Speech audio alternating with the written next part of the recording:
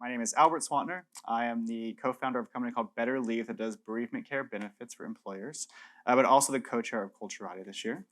So I hope you guys have enjoyed all the cool talks we've had. If you haven't, Eugene planned everything, so it's totally his fault. But I'm here, so excited to talk to my friend Craig about AI. You're a professor at UT, but would you love to introduce yourself a little bit more? Sure, absolutely. First of all, thank you everyone for coming. Craig Watkins, professor at UT Austin, currently spending a year at MIT in the Institute for Data Systems and Society as part of a larger kind of campus-wide initiative at MIT around the new College of Computing. And the project that I'm working with, or the team that I'm working with, is looking at this relationship between artificial intelligence and structural inequality. And so sort of in that space right now at MIT, but also at UT Austin. We'll talk a bit more about what we're doing in both places. But yeah, these are areas of great interest, I think, to society and things that I've been exploring more and more in my own work and some other endeavors that I'm pursuing as well. Yeah, let's start there. So what are you working on, and kind of what inspired you to get into that? Yeah, absolutely. So I guess about a couple of years ago, UT, University of Texas at Austin, launched a campus-wide initiative called Good Systems. And Good Systems is essentially a reference to what we oftentimes hear as ethical or responsible artificial intelligence. And sort of the reason it's sort of a campus-wide grand challenge is that the incentive is to bring researchers, scholars, graduate students, postdocs together across disciplines to sort of think about the future of artificial intelligence, particularly right through this lens of ethics, responsibility, and there are a number of different sort of verticals within that broader sort of Good Systems grand initiative. One of the ones that I'm leading is around artificial intelligence and the future of racial justice. And it's sort of really inspired by this, I think, growing consensus that as we think about artificial intelligence, and we're all sort of aware of its growing sort of visibility in our lives, in some ways very explicit, oftentimes in other ways less so. But increasingly, artificial intelligence being sort of integrated into sort of high stakes contexts, healthcare, policing, employment. And it's this idea, right, that given the sort of high stakes nature of machines or automated processes, data-driven decision-making systems making these high stakes decisions, that there are ethical issues to be addressed, there are social issues to be addressed. And so the idea is to bring together across disciplines different kinds of perspectives to sort of address those problems. I think there's a growing consensus that it's no longer feasible or acceptable only to have computer scientists in the room when having these kinds of conversations, when designing these kinds of technologies. Beyond data scientists, for example, you need ethicists, you need social scientists, you need humanists, right? You need a range of kinds of expertise in order to really deal with the broader sort of societal implications of the spread of these technologies. And again, their deployment in these really high stakes contexts. And so it was, I think as a result of that work, I had some colleagues at MIT, they've launched something very similar. And we were just having conversations, and one thing led to another, and they invited me to come and spend some time there, sort of working with similar kinds of projects that they're doing. And from MIT's perspective, right, both in terms of research, but also even in terms of their undergraduate curriculum, right? It's this idea that, like a lot of universities, and clearly, right, obviously at MIT, sort of training, right, the next generation of tech developers. And this idea, right, of training them with the mindset to think about the ethical issues, to think about the social responsibility issues associated with these systems that they're building or will be a part of building. Yeah. So I think what's really cool about AI recently is that it's been more democratized, right? So I think people are starting to come into contact with more systems that have been designed by AI, which has not happened except for recently. And I think one of the places where we are seeing that in the workplace is in hiring. So we had talked about a really interesting story about Amazon and hiring. I'd love for you to kind of talk about that. Yeah, some of you may be familiar with this story, and it's based on some research, so there's a field now around AI ethics, a field around algorithmic bias, algorithmic justice. Some of you may be familiar with some of these developments, but so there's an academic track sort of emerging around these areas, and certainly even within industry. So we heard this morning, for example, the CEO from Indeed, he was talking. And even within Indeed, they have an AI ethics team now. Most big technology companies are doing this. But there was this research that was done a few years ago, sort of looking at a hiring algorithm that Amazon was testing. And it turns out, right, that this algorithm was essentially had been trained, right, based on sort of historical data sets, hiring trends and patterns in the company over the years, to essentially, it was biased against female employees or female applicants. And so as it was screening sort of resumes, right, certain keywords, right, words that might connote, one gender or the other, sort of ended up sort of essentially sort of filtering out women in the pipeline. And so as a result of this research, Amazon decided basically to reject the algorithm, to go back and sort of retool it.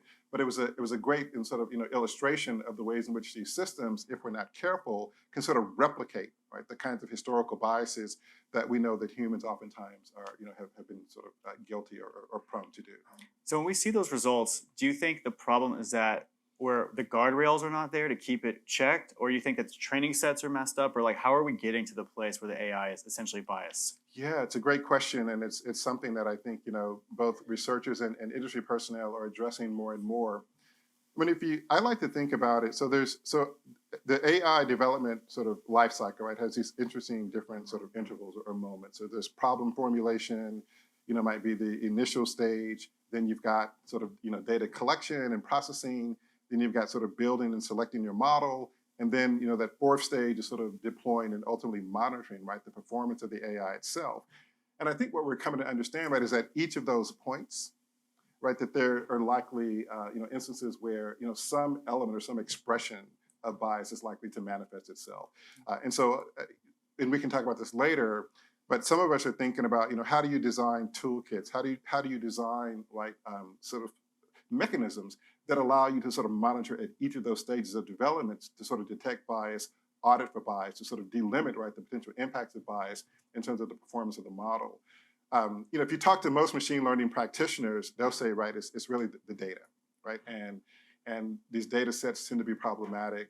These data sets, if you're not very careful, end up having sort of, inherent biases that then lead to sort of, disparate impacts or outcomes in terms of what the model is likely producing, if it's predictions, if it's recommendations, whatever the case might be. And so from their perspective, right, it's really about sort of data curation, right? How do you build data sets that are more inclusive? How do you build data sets that are more sort of representative? And we've seen this, right, be problematic in a number of different sort of spaces. Some of you may be familiar, right, with some of the growing concerns about facial recognition software, for example, and its higher rate of error when it comes to sort of misidentifying or misrecognizing people with darker skin color.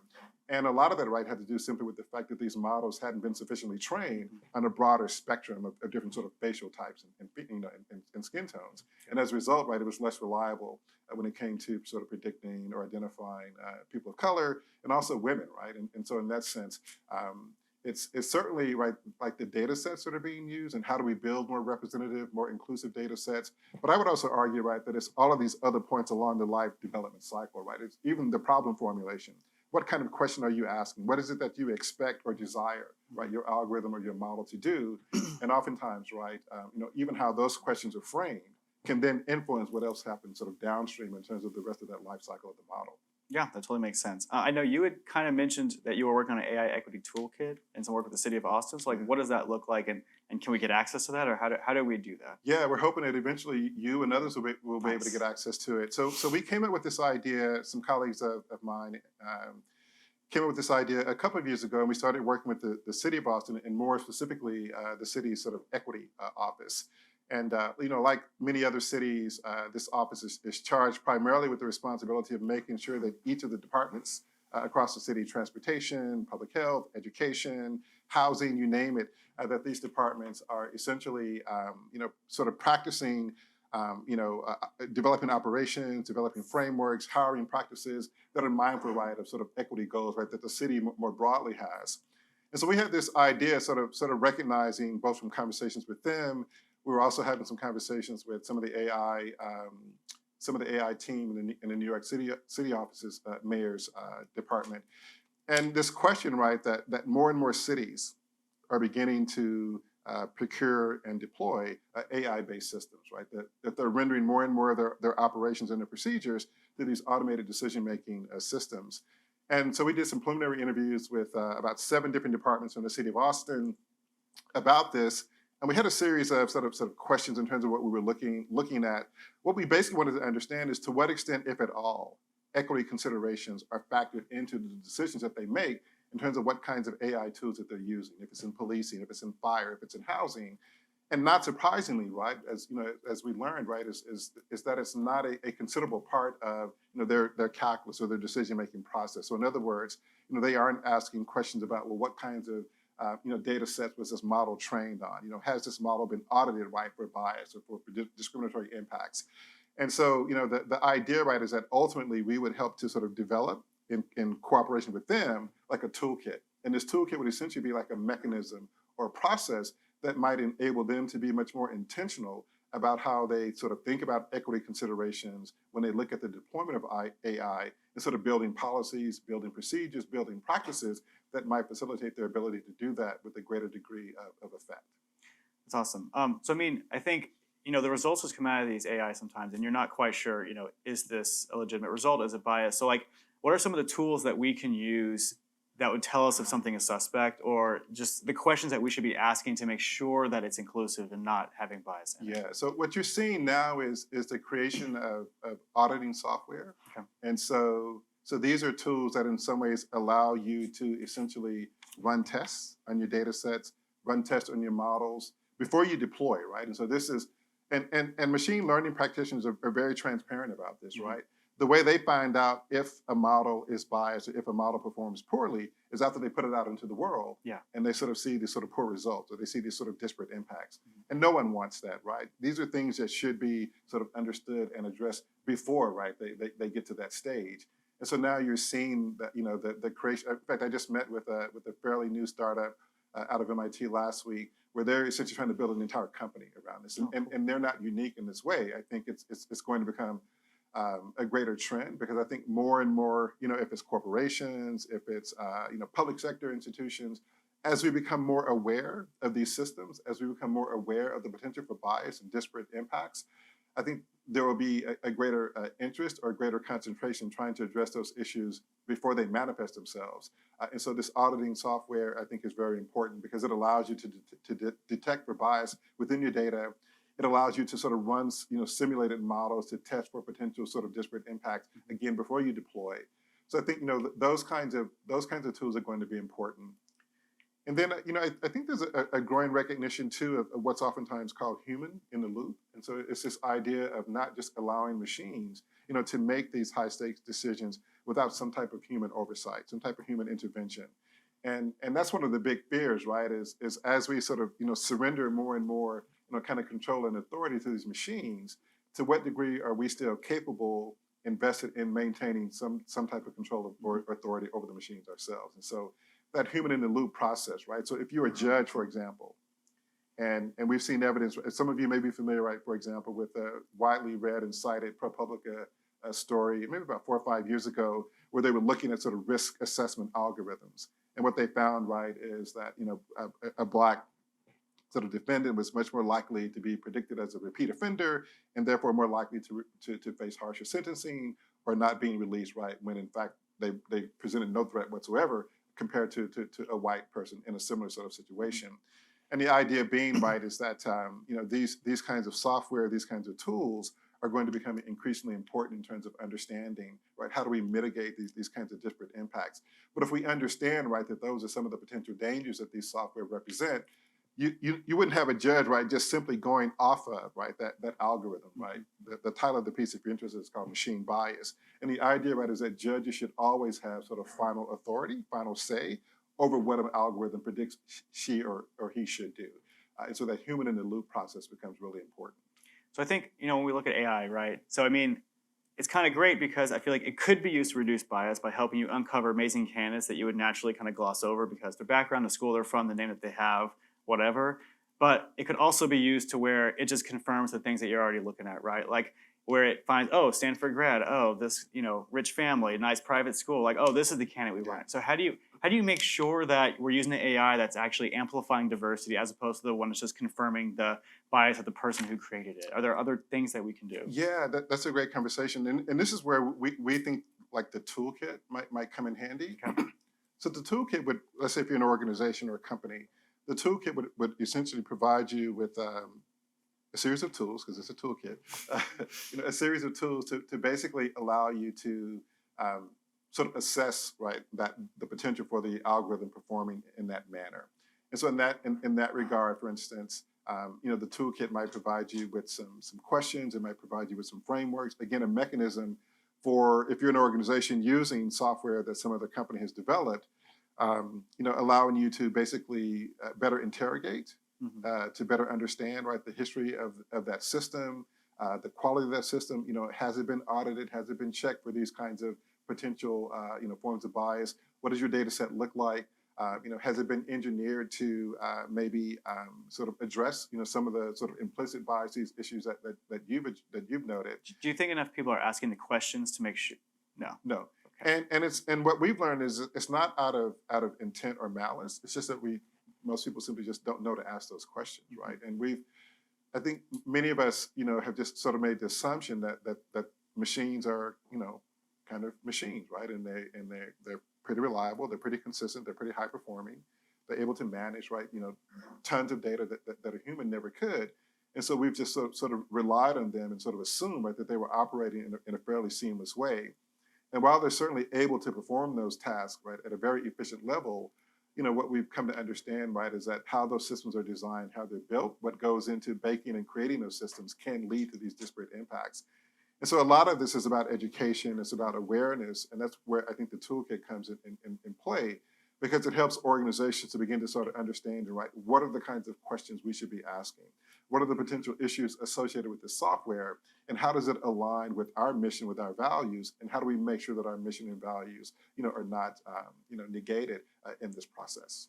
I'd love to open it up to the audience too, if you guys have any questions or thoughts about hiring or anything else where you've seen AI in the workplace. It felt like you were almost leaning towards a new concept I've been reading about, empathy mapping, building empathy-driven technology, and thinking about when we design AI and the features and the question sets.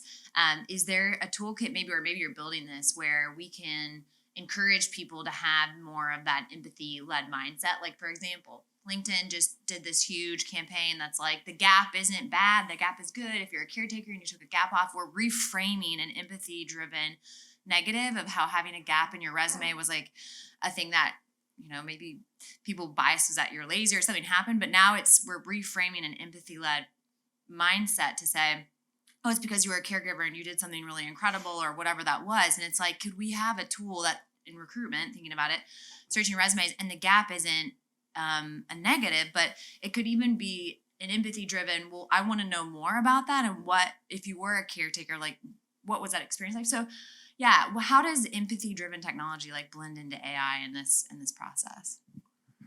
Yeah, I think that's I think it's a great question. I think it's a timely question. And in some ways, right, it resonates with one of the things that in this work that I'm doing both at UT and MIT, and we're just doing pilots and studies and trying to write up some of this stuff. And one of the things that I'm trying to argue, right, in the framework that I'm developing, and I think you just got at it, is that this isn't just, and I think, historically this has been perceived primarily as just a technical problem, right? So engineering, modeling, computation, and that's certainly, right, one part of it.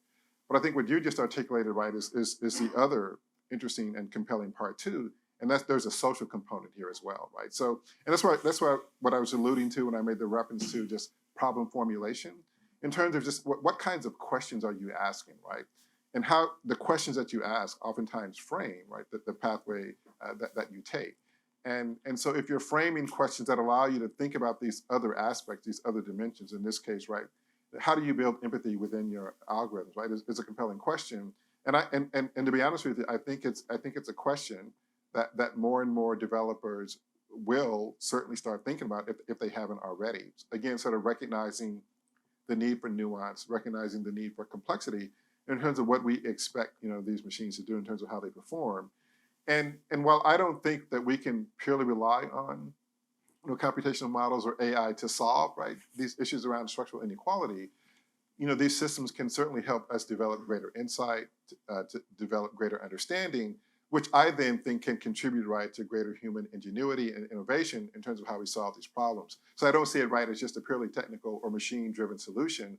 And in fact, your question or the scenario that you just articulated, right, for me, emphasizes, right, that there's a very strong social component, very strong social element here, that we also need to think about. And so it gets at right, just the ideation process, again, just the types of questions that we're asking, how we're framing the problem, and how we frame the problem oftentimes influences or dictates, right, solutions that we come up with. So I'd love to shift gears a little bit. I want to talk a little about the future of work, right? So, Elon Musk says that less than 5 years, computers are smarter than people. So, like, what does it mean to be human at work and be productive when you know that the computer is smarter than you, right? So how do you feel empowered to make decisions when you know that something is probably seeing something you're not and theoretically better at it than you are, right? Like, what do you do? Yeah. You pray, I guess. Yeah. It's one of the sort of raging debates in this whole field now is as the capacity of machines sort of widens, right? Particularly right, their ability to perform more cognitive kinds of tasks.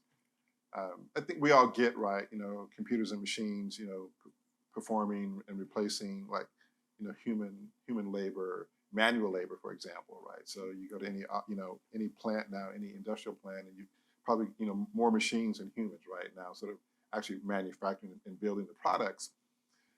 And I think, problematic or not, right? So people sort of understood that and said, oh, okay, well, that's efficiency and machines don't call in sick and they don't get injured on the job and things of that nature. And so you could kind of justify it maybe in that way, or maybe not. But now that machines are also performing more cognitive tasks, right? Things that require a different level or different kind of human expertise. There's kind of panic, right? About well, what will humans do, right? As machines begin to do more and more things. And I think it's. Do you worry about that? To some degree, yes. That's not good. But I think for certain segments of the population, it's likely more of a crisis than for others. Okay. So there's this notion, right, that are your skills such that your skills can be substituted or replaced by a machine, or are your skills such that they can be augmented, right, and enhanced by a machine? And those, right, in sort of higher skill positions, right, the view is typically that machines, can't perform those higher level kinds of things, but rather they can augment, right, your ability to perform as a surgeon, your ability to perform as an attorney, your ability to perform as an educator, for example. And the idea is that idea of augmentation that I think people are really interested in, right? So not so much machines substituting humans, but complementing humans. But as you get more productive, right? Does that mean that instead of 3 people, you now only need 1 person, right? And so what does that mean for all those people that are now like, well, what am I supposed to be doing? Right. Yeah, and that's one of the big concerns, right? Is as the rise of the robots, right? And this notion, right, that they're coming for our jobs, and that eventually, right, more and more humans will simply become obsolete, right, in an economy where machines are able to do more and more. And that raises, a number of questions about the future of the economy. To your point, the future of work. You're hearing more and more about, people advocating for a sort of a guaranteed basic income, for example. And those conversations have been around for decades, but those conversations are, I think, beginning to sort of generate new energy and new momentum. With the fear on the horizon, right, that more and more people are likely to be sort of impacted, displaced, by machines, and therefore, what are we prepared to do from a policy perspective, from a financial perspective, from an infrastructure perspective, to be responsive to the likelihood of that happening? Do you think that is there anything with equity that's affected by that? Or are different populations affected in different ways? Does it over-index on hurting populations that have always been hurt by technology, or what do you think? I think so, certainly, right? So those who are disproportionately in the lower skill positions, lower levels of educational attainment, they certainly run the risk of being displaced in ways that could lead to some pretty serious outcomes. And so in that sense, right, I think it's not disproportionate in terms of the likely sort of future impact of these trends. And I think that's, raising a lot of concerns about, well, how should we be rethinking education, or how should we be rethinking, workforce development and skill development, given that this is a future that's not too far into the future now. And in fact, we're getting closer and closer to it. I was in the presentation with the 4 panelists speaking about youth mental concerns. Mm-hmm. And one of the panelists talked about this idea of kids needing to get in front of therapy, but the wait being so long. So a alternative is a bot type of therapist where the child could either through text message or even maybe FaceTime somehow talk to the bot, and the bot responds in an artificially intelligent way. I guess my question is, what question should I, as a parent who's considering that as an option, considering, not decided on that yet, but what kind of questions should I ask to make sure this resource is not going to be biased or flat out racist? Yeah, and that's where I think where the stakeholder engagement really comes in handy, because as you start expanding the number of perspectives and voices who are involved in this conversation, you're likely to be sort of compelled to address precisely those kinds of questions, as opposed to if it's just a limited number of people who are only concerned with product design or only concerned with the model, but not concerned about the ethical considerations, not concerned about cultural competency, right, in terms of this bot and its ability to respond to kids in different kinds of contexts, right? Language sort of diversity, cultural experience, race, ethnicity, what have you. And I think to the extent that we start, and this is something that we're having conversations about at the Good Systems program that I mentioned earlier at UT, and even at MIT, is the need to build sort of just greater kind of public awareness of these issues. So more and more people need to ask that question that you just asked. More and more people need to ask the question that you just asked, the question that you just asked, right? I mean, I'm going to be a little presumptive here, but most of us here are probably reasonably educated, obviously, right, have some experience or interest, right, in these kinds of issues, which is why we're here. But the reality is, right, is that the vast public does not. And so, where are there spaces, where are there opportunities to create, the ability for more and more people to ask those kinds of questions, for more and more parents to recognize, right, that yes, this is a tool that might be available. It might be able to, help, my child sort of deal in this moment of crises. But what are the issues that I should be asking, right, about this technology? How is this technology developed?